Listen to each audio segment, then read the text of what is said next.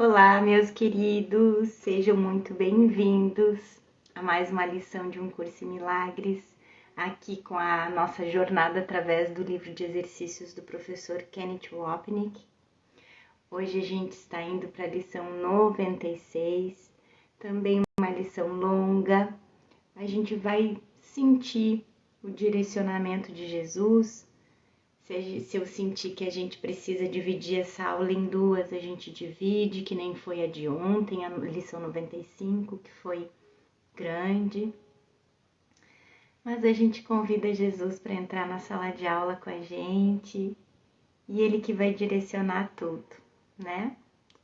Então a gente faz aquele nosso momentinho de pausa, que às vezes vocês também estão entrando aí assistindo o vídeo com todos aqueles pensamentos do dia a dia, da correria, desses papéis que a gente vive aqui no mundo, e às vezes precisa dar uma paradinha, uma respirada profunda, para baixar a frequência dos pensamentos e a gente poder se entregar a Jesus, se entregar ao Espírito Santo, como numa sala de aula, entregar toda a nossa capacidade de aprender, toda a nossa disponibilidade de aprender. Que a gente possa subir mais alguns degraus da nossa escada de aprendizado. E hoje a ideia principal da lição é: a salvação vem do meu único ser. E aqui o professor Kenneth já começa nos dizendo que essa lição é potencialmente confusa por causa das maneiras conflitantes em que Jesus usa o termo mente. Então, para a gente ver o quanto é importante a gente fazer um curso em milagres, o livro de exercícios, com esse grande professor de mãos dadas com a gente também, professor Kenneth Wapnick. É como se ele pegasse a nossa mão e entregasse na mão de Jesus, porque ele clarifica ideias que muitas vezes para o estudante inicial é tão confusa, né?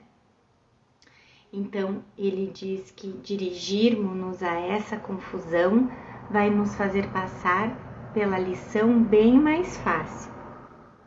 É o que eu digo, é importante primeiro um curso em milagres puro, para a gente começar a ter contato com as ideias de Jesus, começar a aprender a se conectar com Jesus e com a voz do Espírito Santo.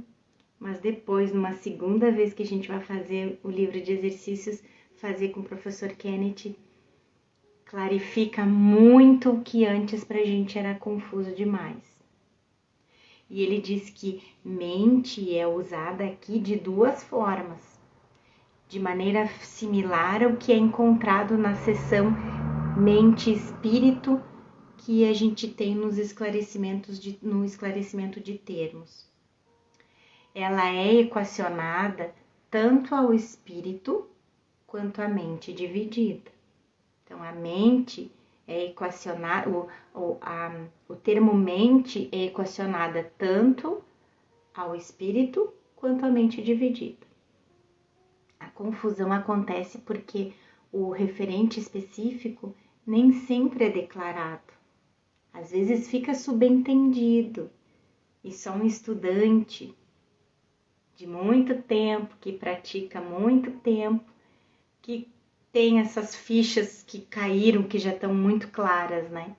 Para o estudante iniciante ainda não está tão claro a ideia que está subentendida. É isso que o professor Kenneth traz para a gente nesse livro, nesse manual, nessa jornada, né? Através do livro de exercícios. Ele já consegue pegar o que está subentendido ali. E aí ele deixa claro para a gente o que está subentendido ali. E aí então ele diz que ele vai esclarecer isso ao passarmos pela lição. Quando usada como equivalente a espírito, Mente se refere ao agente ativador do espírito. A palavra espírito, referindo-se à nossa verdadeira natureza como Cristo, não está em letra maiúscula num curso em milagres, exceto quando é usada raramente como sinônimo para Deus ou Espírito Santo. Mente não é colocada em letra maiúscula a menos que esteja se referindo especificamente à mente de Deus e à mente de Cristo. Essa lição é essencialmente uma discussão sobre o relacionamento entre espírito, mente e corpo. Essa trindade é abraçada pela maioria dos pensadores da nova era e muitos seguidores da medicina alternativa. Mas a visão de um curso em milagres é bem diferente, como devemos ver. Embora sejas um único ser, tu te vivencias como dois, como bom e como mal, amoroso ou cheio de ódio, mente e corpo. Aqui, mente se refere a espírito. Nessa passagem agora, vou repetir. Embora seja um único ser, tu te vivencias como dois, como bom e mal, amoroso e cheio de ódio, mente e corpo. E aqui mente está se referindo a espírito. Um paralelo às palavras bom e amoroso. Nós acreditamos que somos divididos e que é possível para o Filho de Deus ser separado da mente, com M maiúsculo, de Deus e de Cristo. Esse é o oposto exato do princípio da expiação, que ensina que a separação não aconteceu. O ser perfeito da unicidade nunca pode ser separado. De outra forma, ele não poderia ter sido perfeito e perfeitamente um. A gente volta para a lição que diz: esse senso de estares dividido em opostos induz a sentimentos de conflito agudos e constantes e conduz a frenéticas tentativas de reconciliar os aspectos contraditórios dessa autopercepção. Tens buscado muitas soluções desse tipo, mas nenhuma delas funcionou. Os opostos que vês em ti mesmo jamais serão compatíveis. Apenas um existe. Nós estabelecemos uma guerra em nossas mentes, tendo sido convencidos pelo ego de que estamos em guerra com Deus. A compreensão do ego, é claro, não tem nada a ver com o verdadeiro Deus, que não sabe nada sobre a separação ou mente dividida. O Deus do ego definitivamente sabe. Quando nós empurramos nossa fonte para longe e depois sua memória, o Espírito Santo, estabelecemos um conflito em nossas mentes. O ego fabricou a causa do problema, dizendo-nos que o Espírito Santo iria nos empurrar de volta e nos arrastar até Deus, que iria nos destruir pelo nosso pecado. Acreditando na realidade desse conflito, nós o separamos de nós e o projetamos de nossas mentes para que nosso ser pecador fosse percebido do lado de fora e em guerra conosco. Acreditando na realidade desse conflito, nós o separamos de nós e o projetamos de nossas mentes para que nosso ser pecador fosse percebido do lado de fora e em guerra conosco. Isso culminou em nossa experiência de que somos as vítimas inocentes, e esse ser pecaminoso, recém-feito, é o vitimador. A gente não só fugiu de Deus e empurramos o seu amor para longe, como a gente fez o mesmo com o Espírito Santo. Com medo que o Espírito Santo nos levasse de volta até Deus, que iria se vingar do nosso pecado. Gente, isso é muito inconsciente. É muito inconsciente. Ninguém tem a consciência disso até entrar em contato com as ideias de um curso em milagres. E no início parece ser tudo muito fantasioso, porque a gente sempre aprendeu errado. Tudo que a gente acredita é errado.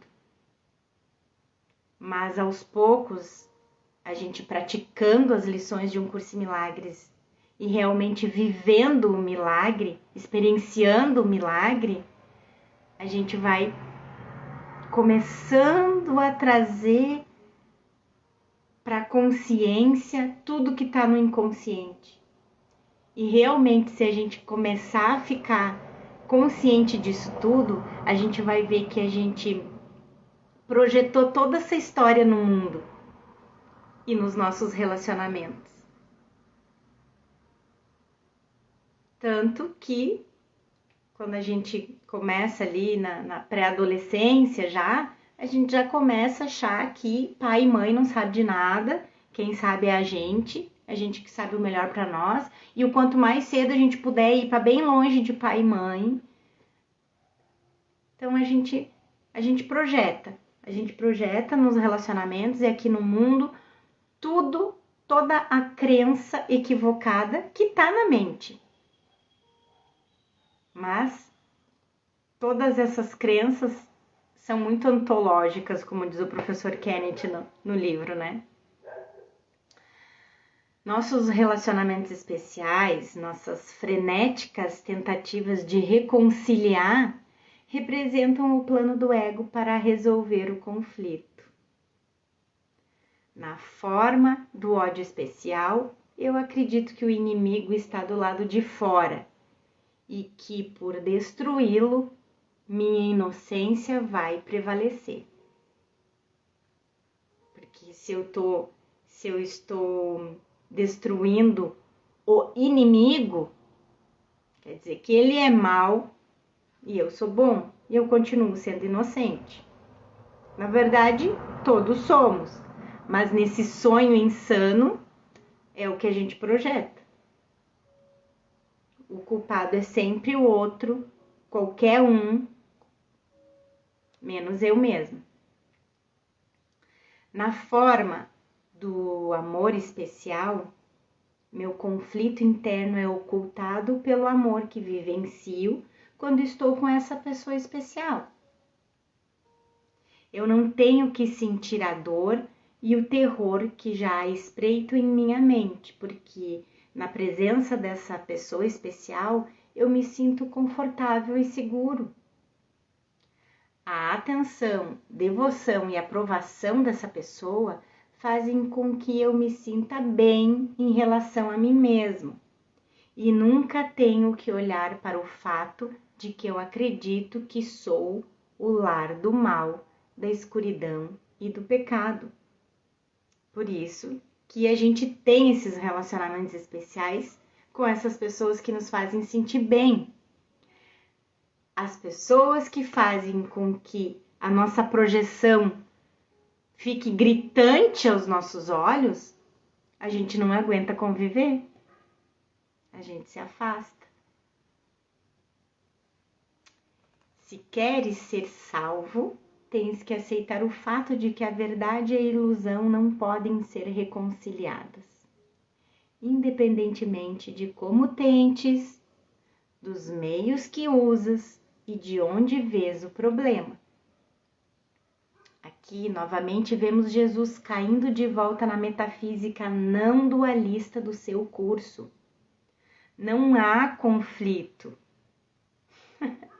Assim como não há escolha. Gente, eu fiz uma postagem no feed do Instagram, despertardoser.100 hoje, que fala justamente disso. A gente não tem escolha. A gente não tem escolha de escolher o ego, de escolher esse outro ser criado à parte de Deus, feito à parte de Deus, mal, dualista. Porque só o que Deus criou existe. E Deus não criou dualidade, não criou bem e mal. Deus é unicidade. Então, na verdade, a gente não tem escolha, não tem o que escolher. Mas a gente acredita que tem. E é o poder da nossa crença de acreditar que a gente pode escolher ser outra coisa, além de Filho de Deus, de Cristo. É a nossa crença que é possível a gente ter criado um ser à parte de Deus, é que faz parecer isso aqui ser tão real. É o poder da nossa crença. Mas o que a gente acredita, a ilusão que a gente acredita não passa a ser real porque a gente acredita. Ilusão continua sendo ilusão. Não estamos em guerra com Deus, nem com ninguém mais. Porque a verdade é indivisa e indivisível. Não há tal coisa, a não ser nos nossos sonhos insanos. Quando acreditamos termos nos separado da verdade e a atacado, a verdade é percebida como coexistindo com a ilusão e em conflito com ela. Portanto, encontramos religiões dualistas ensinando que a verdade está em guerra com o pecado, que é o motivo pelo qual, por exemplo, a Bíblia está repleta de registros de grandes batalhas, culminando na Revelação, lar da mais sangrenta batalha de todas, Armagedon. No final, a verdade e o bem vão triunfar sobre a ilusão e o mal, exemplificado na história bíblica do triunfo de Jesus sobre a cruz. Da perspectiva de um curso em milagres, no entanto, uma vez que nós vemos a verdade como envolvida com a ilusão, não falamos mais da verdade real, que é absoluta. Mais uma vez, verdade não é relativa. E a gente continua falando por aí. Bom, eu não mais, pelo menos essa parte desse equívoco eu já desfiz na minha mente. Mas ainda tem muita gente por aí acreditando que verdade é relativa, que a tua verdade é uma, minha verdade é outra. Nada mais é de forma alguma. Nada fora de Deus existe. O que Deus não criou não existe. E Deus não criaria algo dual. Senão, aí então a gente tem que voltar toda naquelas premissas de lógica, que se realmente Deus criou isso tudo aqui, toda essa insanidade, Deus tem que ser insano também. Como Jesus nos lembra nessa importante passagem do capítulo 18. Não há nada fora de ti, não há nada fora da mente. Isso é o que tens que aprender em última instância, pois é o reconhecimento de que o reino do céu foi restaurado para ti. Pois Deus criou apenas isso e não foi embora nem te deixou separado de si mesmo. Nós somos a extensão de Deus e Jesus diz em alguma passagem do curso, que eu não vou saber dizer para vocês qual, que nós somos extensão de Deus, mas a gente não tem como saber onde Deus termina e o Filho começa. Somos a extensão de Deus, unidos ao Criador. Não tem separação. O reino do céu é a morada do Filho de Deus que não deixou o seu Pai e nem habita a parte dele. O céu não é um lugar nem uma condição. é meramente uma consciência da perfeita unicidade e o conhecimento de que nada além disso existe, nada fora dessa unicidade e nada mais dentro dela. E isso aqui, na verdade, é uma viagem, um deslocamento da nossa consciência, lembrando-nos desse fato feliz trazido à tona por nossa aceitação da expiação. Somos salvos do conflito que nunca aconteceu. Acho bom, às vezes, assim, falar durante as aulas, porque sempre temos colegas novos chegando e às vezes não está bem familiarizado com a linguagem de um curso em milagres. Então, expiação para um curso em milagres é nada mais que correção. Correção de um equívoco na nossa mente. Esse equívoco de ter escolhido o professor errado, que interpretou e percebeu tudo de modo equivocado e nos fez acreditar que a gente poderia ter saído do céu e separado de Deus. Então, a expiação em um curso em milagres é correção. Até aceitares isso, Jesus diz, isso é o fato de a verdade e a ilusão serem irreconciliáveis. Não há conciliação entre verdade e ilusão. Não há conciliação entre a verdade sobre nós, Cristo, Filho de Deus, e esse corpo aqui, essa personalidade, esse ser separado, individual e especial. Certo? Ou a gente vive como filhos de Deus, espírito e mente, ou a gente se identifica com esse corpo, com essa personalidade. As duas coisas não dá. Tentarás uma série infindável de metas que não podes alcançar, uma série de dispêndios sem sentido, de tempo e esforço, de esperanças e dúvidas, cada uma tão fútil quanto a anterior, e destinada ao fracasso, como a próxima certamente há de ser. É assim que vivenciamos tudo nesse mundo, e o motivo pelo qual nada funciona. Nós consistentemente tentamos resolver o problema intolerável da culpa e da ansiedade. No entanto, o tempo todo, nossa tentativa secreta de perpetuar nossa individualidade através da ansiedade e da culpa permanece com força total, ditando as tentativas fúteis de encontrar a paz através da guerra e do conflito. A doutrina familiar do ego de busque e não ache. Problemas que não têm significado não podem ser resolvidos dentro da estrutura em que estão situados. Assim como eu estava conversando com a minha filha hoje, né? A gente quer resolver os conflitos na forma e não consegue, né? Aquela coisa lá de conflito com os colegas na escola. Aí um diz uma coisa, o outro diz que o outro começou, o outro diz que o outro começou.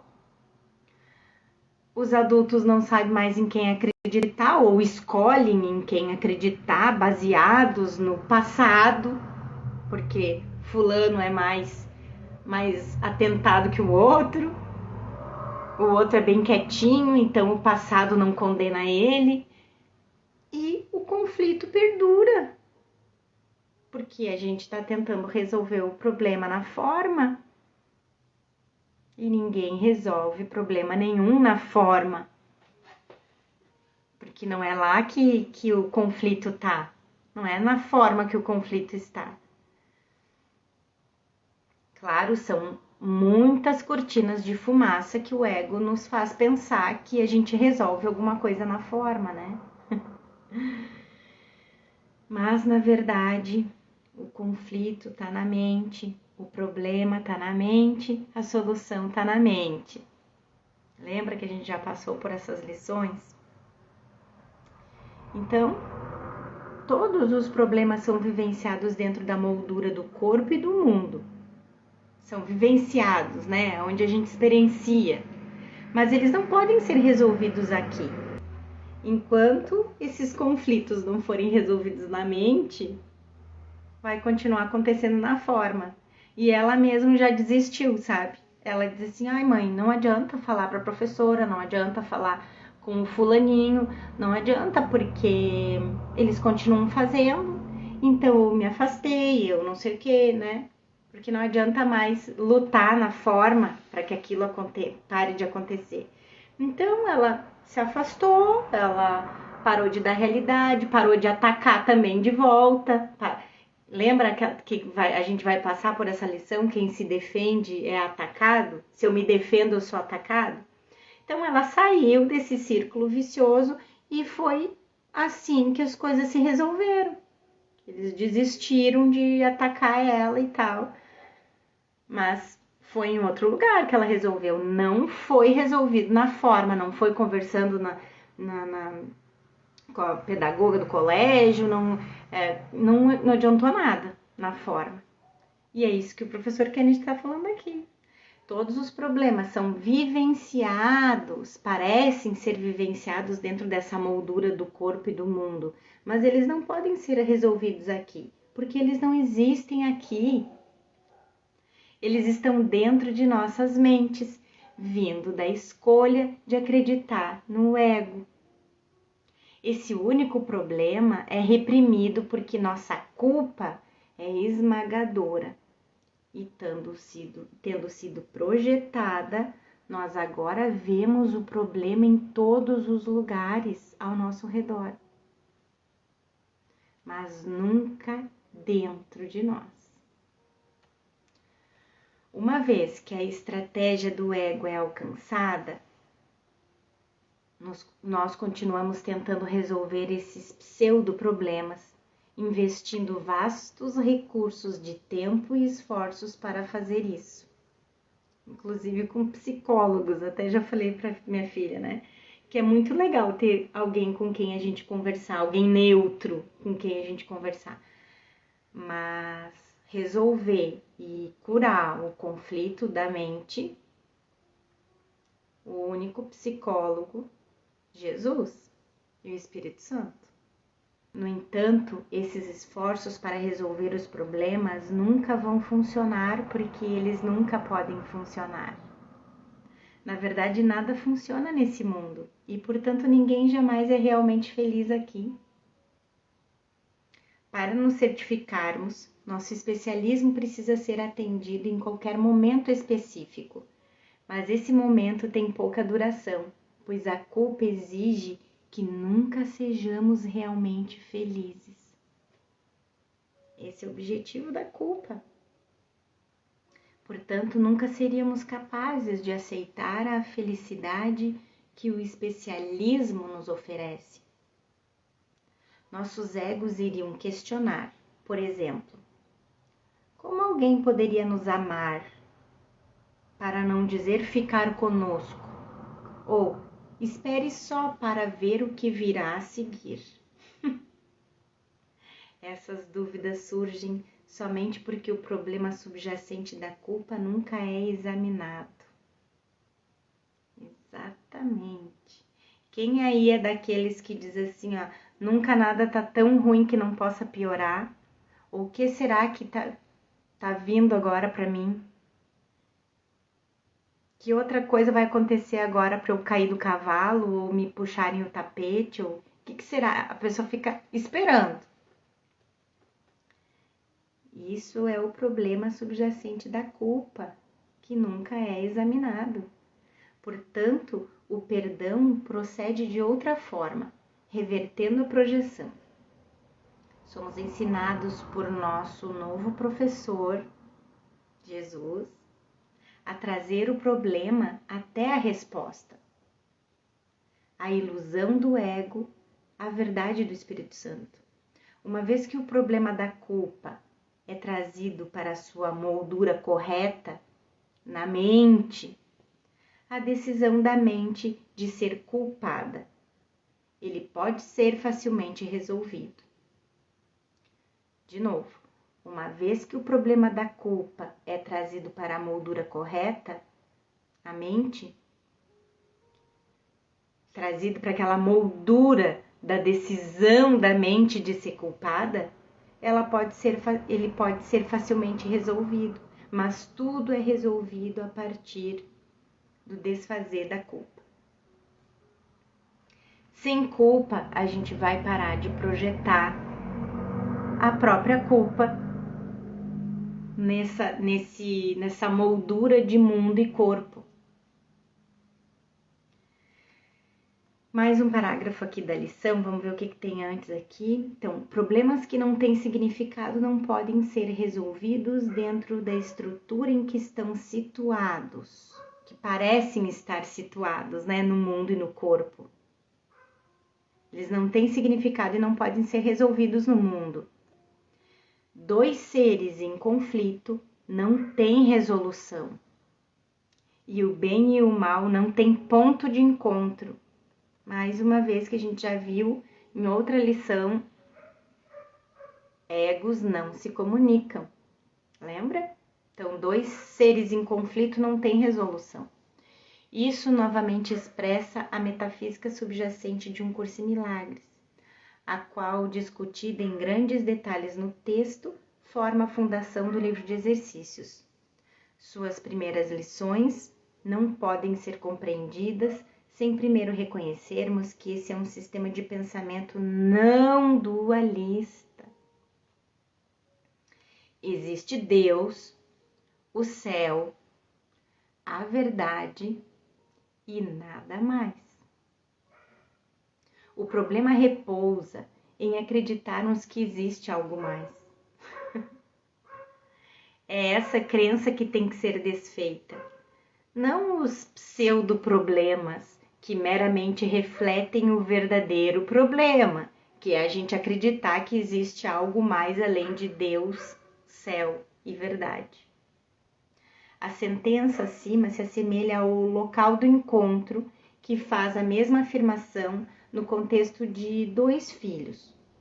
Nosso próprio filho bem-amado, o especialismo, e o filho do Pai, né, Cristo. É do capítulo 24 essa passagem. E assim são feitos dois filhos, e ambos parecem caminhar sobre essa terra sem um local de encontro, sem encontrar-se jamais. O filho do ego e Cristo. Ele está falando do filho do ego e Cristo. O outro descansa lá dentro, o filho do seu pai, dentro do teu irmão, assim como ele está em ti. Cristo. A diferença entre eles não está nas coisas que fazem. Eles têm propósitos diferentes. É isso que faz com que se unam aos outros que são como eles e o que separa cada um de todos os aspectos com um propósito diferente. O Filho de Deus retém a vontade de seu Pai. O Filho do homem percebe uma vontade alheia e deseja que assim seja. E assim a sua percepção serve ao seu desejo, dando a esse desejo a aparência da verdade. Nós, portanto, vemos o tema muito importante do propósito como tendo a chave para a compreensão da nossa fascinação com o mal do especialismo, o que apoia o desejo de torná-lo nosso filho. Nossa escolha pelo bem do Filho de Deus serve ao propósito de provar que nós estamos errados e de forma muito alegre. Então, quando a gente escolhe pelo bem do Cristo, né, de Cristo, do nosso ser com S maiúsculo, essa nossa escolha tem o propósito de provar que a gente está errado e que Jesus está certo. E que a gente está muito feliz por estarmos errados. O ser que tu fizeste nunca pode ser o teu ser com S maiúsculo. E o teu ser com S maiúsculo não pode ser dividido em dois. E ainda ser o que ele é e o que tem que ser para sempre. Ele não pode ser dividido e ainda ser o que é. Quando acreditamos que nosso ser pode ser separado, levando ao especialismo que nós pensamos que é o nosso ser e que precisa ser desfeito, estamos dizendo que isso realmente aconteceu. Estamos dando realidade. No entanto, o que tem que ser desfeito não é a separação nem o especialismo, que não existem, mas nossa crença neles. A distinção é crucial. Quando nós dizemos que temos que desfazer nossa crença, falamos da decisão da mente que tem que ser corrigida. Se nós tentarmos desfazer a separação ou o nosso especialismo, estamos meramente fortalecendo a crença em sua realidade. Mais ou menos é por isso que Deus não entra dentro do sonho, não entra dentro da ilusão, porque senão ele estaria dando realidade para a ilusão e para o sonho insano do filho. Uma mente e um corpo não podem ambos existir. Nossa, Jesus, essa foi forte.